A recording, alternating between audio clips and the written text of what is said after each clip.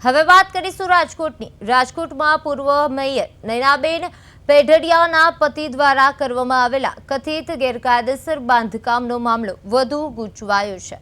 હવે એક તરફ કલેક્ટર તંત્ર અગાઉ જ આ જમીન ખાલસામાં થઈ ચૂકી હોવાનું સ્પષ્ટ કરી ચૂક્યું છે। હવે તેમ છતાં પણ મેયર ડોક્ટર નેહલ શુક્લે આ મામલે કલેક્ટર તંત્ર પાસેથી જવાબ માંગવાની વાત કરી છે। આ બાજુ પેઢડિયા પરિવાર અને કોર્પોરેશન બંને કલેક્ટર કચેરીના જવાબની રાહ જોઈ રહ્યા છે, જેના કારણે ગેરકાયદેસર બાંધકામ દૂર કરવાની કામગીરી વધુ લંબાય તેવા એધાણ છે।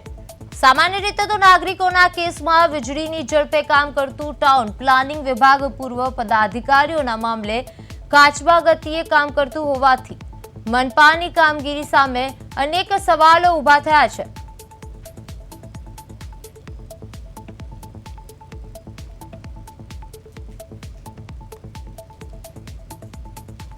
તો મંગાવી હતી।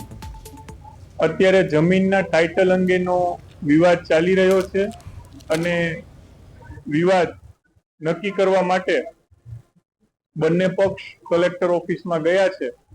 ટાઇટલ કોનું છે એ અંગે સ્પષ્ટ મત થતા આપની જે વાત છે એ અંગે વધારે પ્રકાશ પડી શકે। સ્વાભાવિક છે કે કોઈ પણ ગેરકાયદેસર વસ્તુ છે તો એના ઉપર જે પગલાં લેવાના હોય લેવા જ પડે।